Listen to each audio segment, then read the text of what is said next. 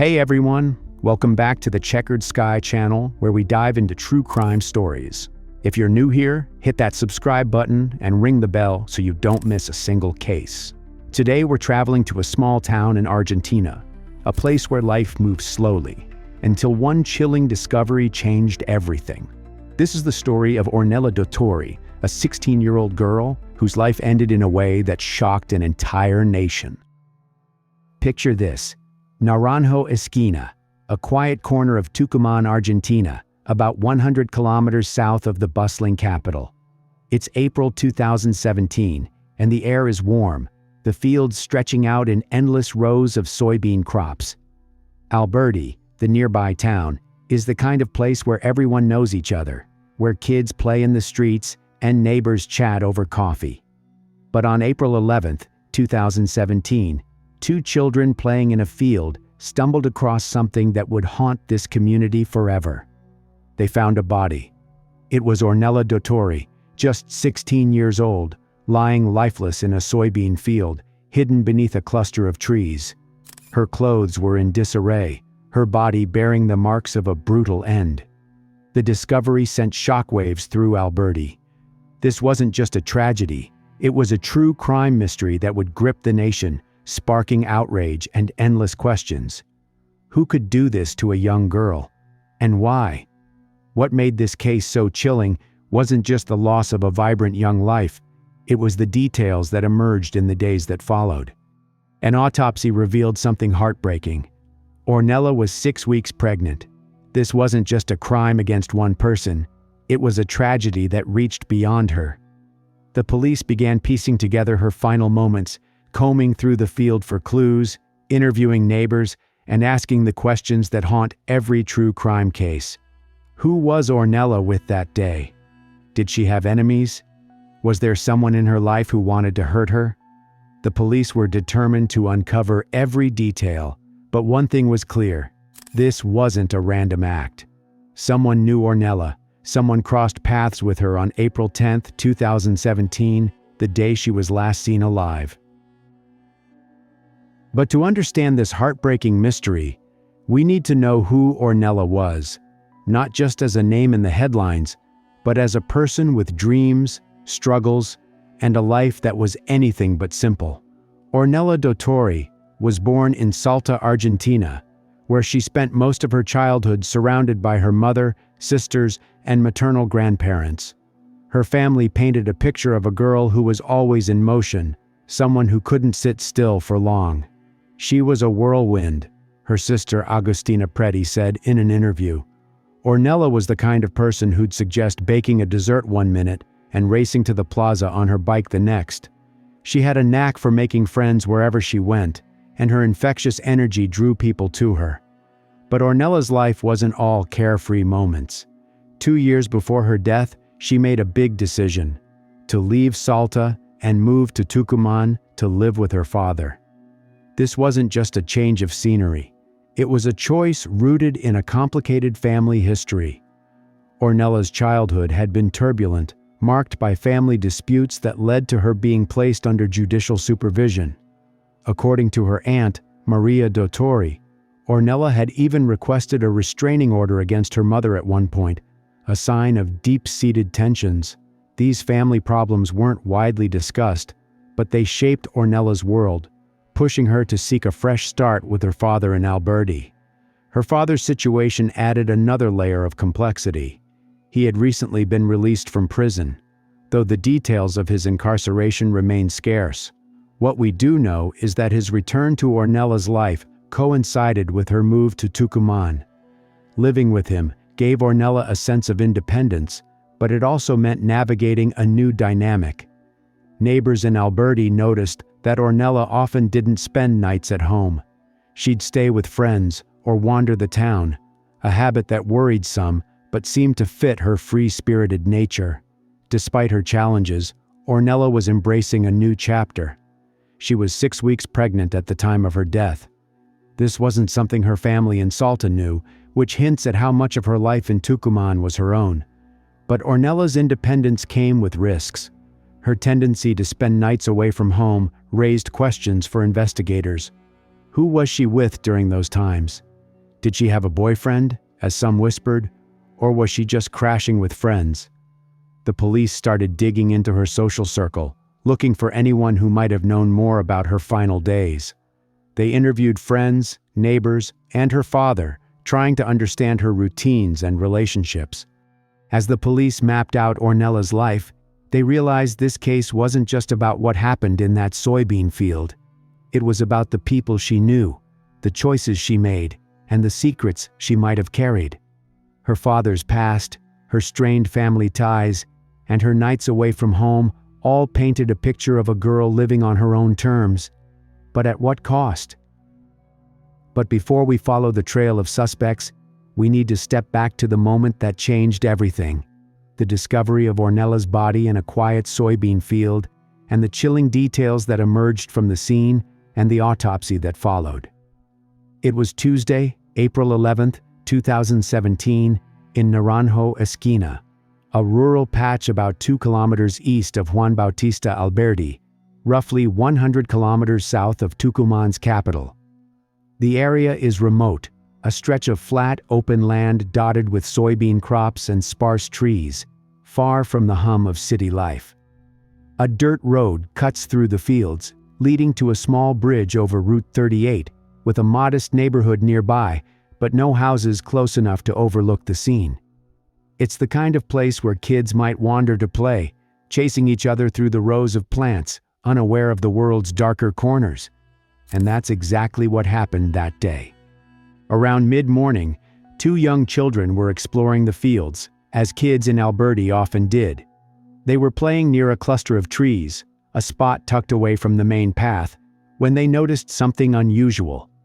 At first, it might have looked like a pile of clothes or debris, but as they got closer, the truth hit them like a wave.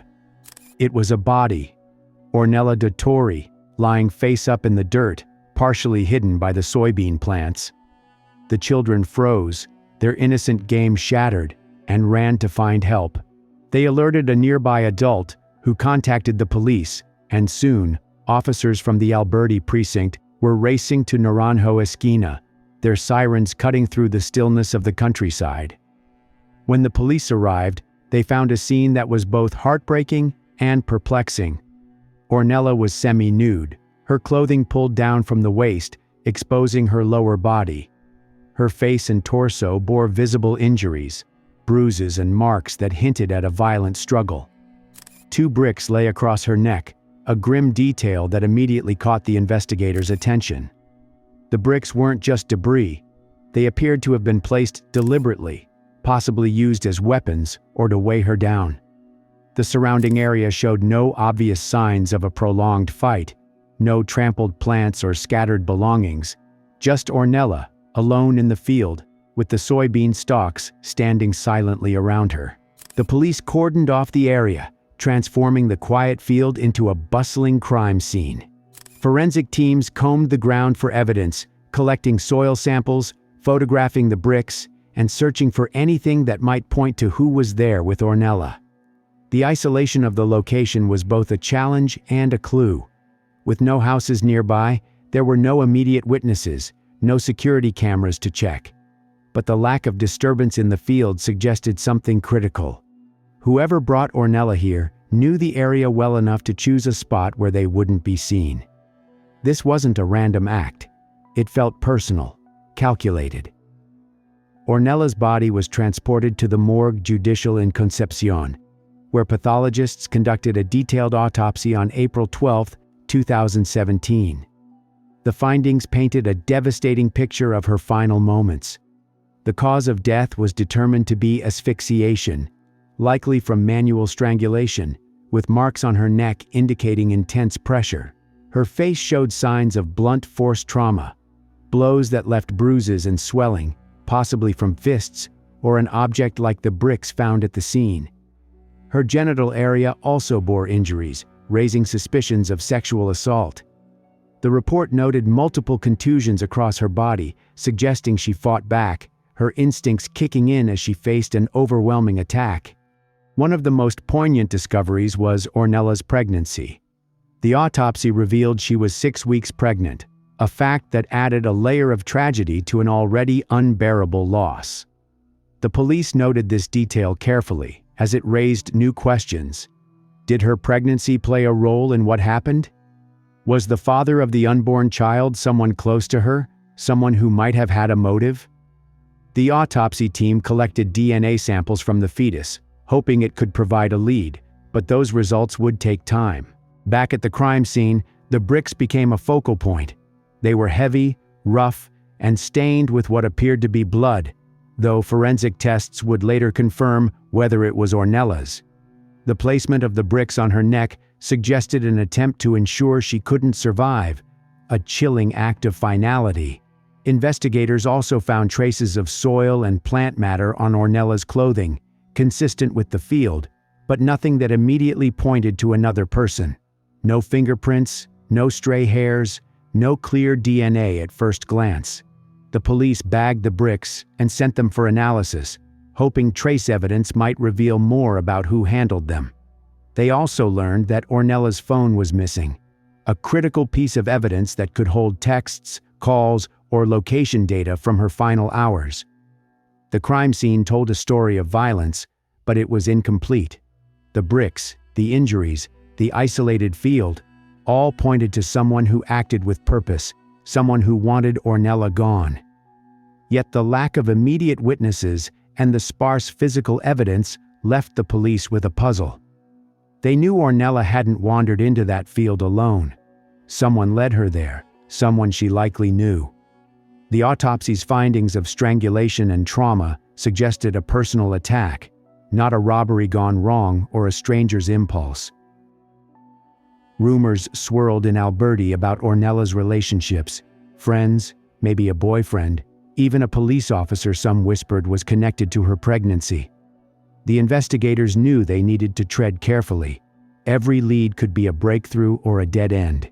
The Alberdi police, backed by forensic teams from Concepcion, were under immense pressure. This wasn't just a local tragedy. It was a case that was starting to draw national attention, with headlines screaming about a pregnant teenager's brutal end. The first step was to reconstruct Ornella's final day, April 10, 2017. Investigators started by mapping her movements, talking to anyone who might have seen her. They knocked on doors in the neighborhood near Naranjo Esquina, asking residents if they'd noticed anything unusual. Most shook their heads. The field was too far from houses, too quiet. But one woman, a shopkeeper near Alberdi's main plaza, offered a crucial lead. She told police she'd seen Ornella walking with a young man around 10 a.m. on April 10th, just hours before she vanished. The man was someone she recognized vaguely, a local known by the nickname Pomelo. This was the first time his name surfaced, and it sent the investigation into overdrive. Pomelo was José Luis Gomez, a 25-year-old man from Alberdi who knew Ornella. Gomez was no stranger to the police. He had a minor criminal record and a reputation for being rough around the edges. The shopkeeper's tip wasn't the only thing pointing to him. A security camera from a nearby store captured grainy footage of Ornella walking alongside a man who matched Gomez's description. This footage is dated April 10th at 10:17 a.m. The police wasted no time.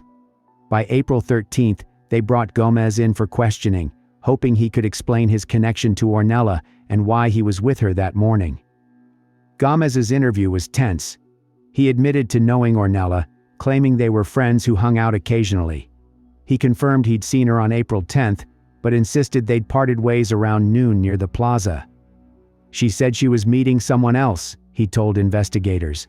His story was vague, and his demeanor, nervous, evasive, raised red flags. When pressed about his whereabouts later that day, Gomez said he'd been at a friend's house, but the friend couldn't fully corroborate the alibi. The police searched his home, looking for anything tying him to the crime scene: clothes with soil from the field, traces of blood, or even Ornella's missing phone. They found nothing definitive, but Gomez's lack of a solid alibi and his presence with Ornella that morning made him their top suspect. But the police weren't ready to pin everything on Gomez just yet. True crime cases like this often have layers, and investigators knew better than to ignore other possibilities. Ornella's life was complex, and her relationships offered plenty of threads to pull. One lead came from whispers about a police officer in Alberdi. Rumors swirled that Ornella might have been involved with an officer, possibly even the father of her unborn child. The police quietly looked into this, interviewing officers at the Alberdi precinct and checking their schedules for April 10th. No concrete evidence emerged, but the rumor added a layer of intrigue, suggesting someone with authority might be involved. Another potential suspect was a man Ornella had been romantically linked to, referred to only as Facundo in early reports. Friends told police Ornella had mentioned a boyfriend, someone she was excited about but kept private. Facundo was questioned on April 14th. He admitted to dating Ornella briefly, but claimed they'd broken up weeks before her death. His alibi checked out. He was at work in a nearby town on April 10th, verified by co-workers. Still, the police kept him on their radar, wondering if jealousy or a hidden conflict could have played a role. To build a clearer picture, investigators turned to Ornella's inner circle. They interviewed her father, who'd recently been released from prison and was living with her in Tucumán. He was devastated, describing Ornella as his reason to keep going. When asked about her habits of staying out at night, he admitted she often spent time with friends, sometimes not coming home until morning. He couldn't name anyone who might want to hurt her, but he mentioned she'd been quieter in the days leading up to April 10th, as if something was on her mind. Ornella's friends painted a similar picture. Abigail Leva, a close friend, told investigators Ornella was always laughing, always moving, but she'd noticed a change. She was excited about the baby, but she didn't talk about the guy, Abigail said. Another friend, Sophia, mentioned seeing Ornella argue with a man near the plaza a week earlier, though she couldn't identify him. It wasn't loud, but she looked upset, Sophia recalled. These small details, Ornella's mood, her secrecy about her pregnancy, suggested she might have been grappling with a personal conflict, one that could have led her to that field. The investigation took a significant turn when the police received a tip from a local teenager on April 15th. The teen, who'd been at a party near the plaza on April 10th, overheard a conversation about Ornella. The teen claimed a group of young men were talking about pomelo and how he'd been angry with Ornella over something personal. The teen didn't know details, but said one of the men mentioned seeing Gomez near Route 38 that afternoon. This was critical. It placed Gomez closer to the crime scene at a time he'd claimed to be elsewhere. The police doubled down on Gomez, bringing him in for a second interview. This time, they confronted him with the security footage and the teen's statement. Gomez stuck to his story, but slipped up, mentioning he'd been near Route 38 to meet a friend before correcting himself. The inconsistency was enough for the police to detain him on April 16th, charging him with suspicion of homicide. Gomez's arrest sparked outrage in Alberdi, with some residents defending him, saying he was troubled but not a killer, while others believed he was capable of anything. The case wasn't without complications. Ornella's missing phone was a major roadblock. Investigators believed it could hold texts or calls that might reveal who she was with, but searches of Gomez's home and the field turned up nothing. They requested phone records from her provider, hoping to trace her last communications, but the process was slow, taking days to process. Meanwhile, rumors continued to swirl. Some in Alberdi whispered about a drug connection, given Ornella's past struggles with addiction. The police looked into this, interviewing known dealers in the area, but found no evidence tying her death to a drug-related motive. Another challenge was the community's mixed response. While some neighbors cooperated, others were hesitant, wary of getting involved. "People here don't like talking to the police," a local bar owner told investigators. This reluctance slowed the flow of information, forcing the police to rely heavily on forensic evidence. The bricks from the crime scene were still being analyzed, with early tests confirming Ornella's blood on one of them. But without fingerprints or additional DNA, the bricks alone couldn't seal the case against Gomez or anyone else. As the investigation widened, the police uncovered more accounts of suspicious activity. A farmer who worked fields near Naranjo Esquina told officers he'd seen a motorcycle parked near the dirt road on April 10th around 4 p.m. He couldn't describe the rider, but noted the bike was black, a detail that didn't match Gomez's known vehicle. This raised the possibility of another person at the scene, someone who might have escaped notice. Gomez remained the primary suspect, his connection to Ornella and presence near the crime scene too significant to ignore. But the lack of physical evidence tying him directly to the field, beyond the security footage, kept the case shaky. The police officer rumor persisted, fueled by anonymous tips, but no officer was formally named as a suspect. Facundo, the ex-boyfriend, seemed less likely, his alibi holding up under scrutiny. And then there was the motorcycle, a loose thread that hinted at another player in this true crime drama. The police knew they were close, but something was missing. Ornella's phone records, when they finally arrived, showed a flurry of calls and texts on April 10th, including one to a number registered to someone in Alberdi, a number that didn't belong to Gomez. This new lead shifted the investigation's focus, raising the possibility that Ornella's final hours involved someone else, someone who'd stayed under the radar. The police began tracking down the owner of the number, hoping it would crack the case wide open. The breakthrough came on April 18, 2017, when a young man walked into the Alberdi police station with a story that turned the case upside down. This individual, whose identity was kept under wraps, admitted to buying a cell phone from someone named Gustavo Perito Carretero, a 24-year-old local with a reputation for trouble. The phone, he claimed, belonged to Ornella Dottori. This was the missing piece investigators had been searching for. Ornella's phone, which hadn't been found at the crime scene or in Gomez's possession, was now a direct link to a new suspect. The police acted swiftly, issuing a warrant for Carretero, who was already on the run, aware that the net was closing in. Carretero's arrest wasn't immediate. Known as Perito, meaning little dog in Spanish, he was a streetwise figure in Alberdi, adept at slipping through the cracks. But the police were relentless. On April 20th, after a tip from a neighbor, they tracked him down to a hideout in a rural area outside Alberdi. Carretero didn't resist when officers surrounded him, but his demeanor was cold, almost defiant.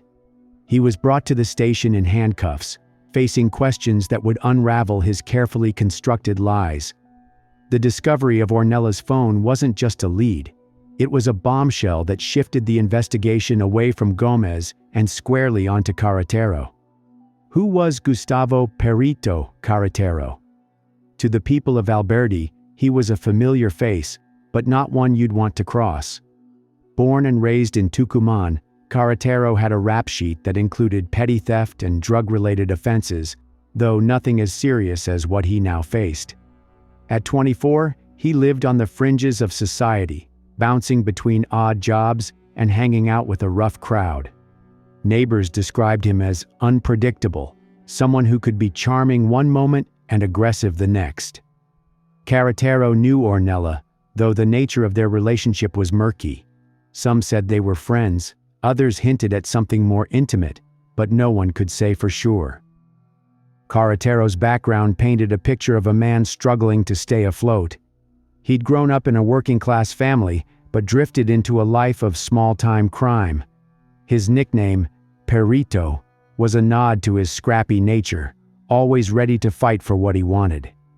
The police learned he'd been in and out of trouble since his teens, but his ability to evade serious consequences had given him a false sense of invincibility. Carretero was charged with homicide. The charges stemmed from the evidence piling up against him.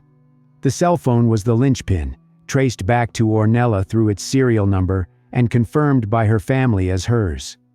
The young man who bought it told police Carretero sold it to him on April 12th, just a day after Ornella's body was found, for a small sum of cash. Forensic analysis of the phone revealed no new data. Its contents had been wiped, but the act of selling it was damning. Why would Carretero have Ornella's phone unless he was with her in her final moments? Other evidence tightened the noose. The bricks found across Ornella's neck at the crime scene had traces of her blood, and while no fingerprints were recovered, soil samples from Carretero's shoes, seized during his arrest, matched the composition of the soybean field. Investigators also found a jacket in Carretero's hideout with faint bloodstains, later confirmed to be Ornella's through DNA testing. These physical links, combined with the phone, built a strong case, but it was Carretero's own words that dug his grave deeper. When questioned, Carretero tried to spin a story to distance himself from the crime. He claimed Ornella had given him her phone to sell, insisting she was alive and well when he last saw her. In a statement, he said, "Ornella asked me to sell the phone for her. She needed money quick, so I did it. I gave her the cash, and she left." His story was flimsy. Ornella's family and friends said she'd never part with her phone, her lifeline to her social world, and the timeline didn't add up. The police pressed him, pointing out the contradictions. If Ornella gave him the phone, why was it wiped clean? Why sell it the day her body was discovered? And why was he hiding if he'd done nothing wrong? Carretero's answers grew erratic, and he eventually clammed up, refusing to speak without a lawyer. His attempt to paint himself as an innocent middleman fell apart under scrutiny, and investigators saw his story for what it was: a desperate bid to dodge justice. The motive for Ornella's death was harder to pin down, but the police pieced together a theory based on the evidence and Carretero's profile. Ornella's pregnancy was a key factor. At 6 weeks pregnant, she was excited about the future, but her secrecy about the father suggested complications. Investigators suspected Carretero might have been involved with her romantically, or at least knew about her pregnancy. The prosecution later argued that Carretero, driven by jealousy or fear of responsibility, lured Ornella to the isolated field under a pretense where an argument escalated into violence.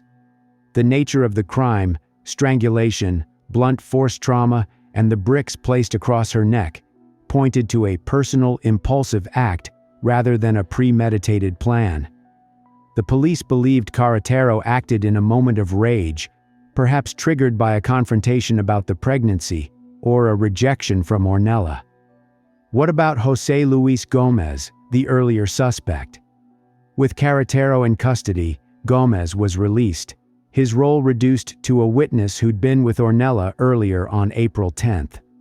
The police officer rumors fizzled out, lacking evidence, and the motorcycle sighting near the field remained unexplained, possibly a coincidence. The trial began in December 2018, over a year and a half after Ornella's body was found in that soybean field. The delay was agonizing for her family, who'd spent months grappling with grief and demanding justice. Carretero faced charges of homicide aggravated by femicide and sexual abuse, reflecting the autopsy's findings of strangulation, blunt force trauma, and possible assault. The prosecution's argument was clear and unrelenting. Gustavo Carretero was responsible for Ornella's death, driven by a personal motive tied to her pregnancy. They painted a picture of a calculated act, arguing that Carretero lured Ornella to the isolated field on April 10, 2017, under a pretense, possibly to confront her about her pregnancy. When the encounter turned violent, he strangled her, used bricks to ensure her death, and fled, later selling her phone to cover his tracks. The evidence was the backbone of their case. The prosecution presented the bricks found across Ornella's neck, which bore traces of her blood, though no fingerprints were recovered. Soil samples from Carretero's shoes matched the field's unique composition, placing him at the scene. A jacket seized from his hideout had bloodstains, confirmed by DNA testing to be Ornella's, a critical link that tied him directly to the crime. The cell phone was the most damning. Carretero sold it on April 12th, and its serial number matched Ornella's device. The prosecution debunked his claim that Ornella asked him to sell it, noting that her family testified she was inseparable from her phone, and the timeline, selling it a day after her body was found, made his story implausible. DNA evidence played a pivotal role, though it came with complications. The autopsy had collected samples from Ornella's body, including fluids that suggested sexual assault. The prosecution argued that Carretero's DNA matched traces found on Ornella. Still, the DNA from the fetus was analyzed, and while it didn't directly implicate Carretero, it fueled speculation about the baby's father, which became a focal point of the trial. The prosecution highlighted her excitement about the baby, as confirmed by neighbors, but noted her secrecy about the father. Rumors that the father was a police officer surfaced early in the investigation and persisted into the trial. The presiding judge initiated a review against the Alberdi police, ordering an investigation into whether an officer was involved with Ornella or her pregnancy. This move stunned the courtroom, raising questions about whether the police had overlooked a critical lead or even protected one of their own. While no officer was formally charged, the judge's review sent a message: no one was above scrutiny. Carretero's defense, led by his attorney, fought to dismantle the prosecution's case. They argued that the evidence was circumstantial and insufficient to prove guilt beyond a reasonable doubt. The defense claimed Carretero was a scapegoat, targeted because of his criminal past and reputation in Alberdi. They challenged the DNA evidence, pointing out the inconclusive results from the assault-related samples and arguing that the blood on Carretero's jacket could have come from a prior encounter with Ornella, not the crime itself. On the phone, the defense stuck to Carretero's story. Ornella gave it to him to sell, and he had no reason to suspect she was in danger. They called a witness, a friend of Carretero's, who claimed to have seen Ornella alive on April 10th after meeting with Carretero, but the witness's testimony was shaky, contradicted by the timeline established by security footage. The defense also questioned the soil evidence, arguing that the field's composition was common in Alberdi, and many locals could have similar traces on their shoes. They pushed for a lesser charge, like manslaughter, claiming there was no proof of intent or femicide. The defense tried to shift blame, hinting at other suspects, including the rumored police officer. They suggested the investigation was rushed, focusing on Carretero to quell public outrage, while ignoring leads that could point to someone with more power. This argument gained little traction, as the judge's review of the police was already underway, and the physical evidence against Carretero was hard to dismiss. The defense's strategy was to sow doubt, but the weight of the prosecution's case made it an uphill battle. On December 14, 2018, the verdict came down. The judges found Gustavo Carretero guilty of homicide aggravated by femicide and sexual abuse, sentencing him to life imprisonment without parole. The sexual abuse charge was controversial, as the DNA evidence was not definitive, but the judges relied on the autopsy's findings of genital injuries and the context of the attack to uphold it. The verdict was a victory for the prosecution, who'd fought to ensure Ornella's case became a symbol of the fight against femicide in Argentina. For Ornella's family, the verdict was bittersweet. The trial had been a grueling ordeal, forcing them to relive Ornella's death through graphic testimony and evidence. The lack of clarity about the baby's father frustrated Ornella's family, who felt the truth was still out there. This unresolved thread added a layer of complexity to the case, making it more than just a story of one man's crime.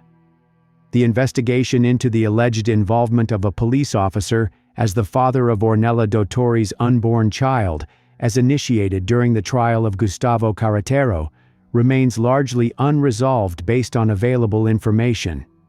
During the December 2018 trial, the presiding judge ordered a review of the Alberdi police to determine whether an officer had a relationship with Ornella and if it was connected to her death, prompted by community rumors and a neighbor's testimony about seeing Ornella with a man in uniform. The review was significant, as it suggested potential oversight or misconduct within the Alberdi police force, but public records and subsequent news reports do not confirm whether any officer was charged, disciplined, or cleared.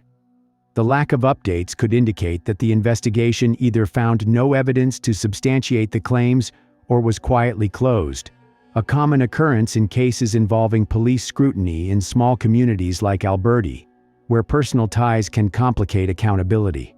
Based on available information from credible sources, the father of Ornella Dottori's unborn child has not been definitively identified, and no official confirmation exists as of April 2025. The lack of a confirmed father raises questions about the investigation's thoroughness. That's the end of Ornella Dottori's story. If this true crime case moved you, hit that like button, share it with a friend, and subscribe to the channel for more stories that dive deep into the mysteries that keep us up at night. Ring the bell so you never miss an upload. We've got new cases coming your way every week. Let us know in the comments. What do you think about the police officer rumor? And what other cases do you want us to cover? Thanks for watching, stay curious, and we'll see you in the next one.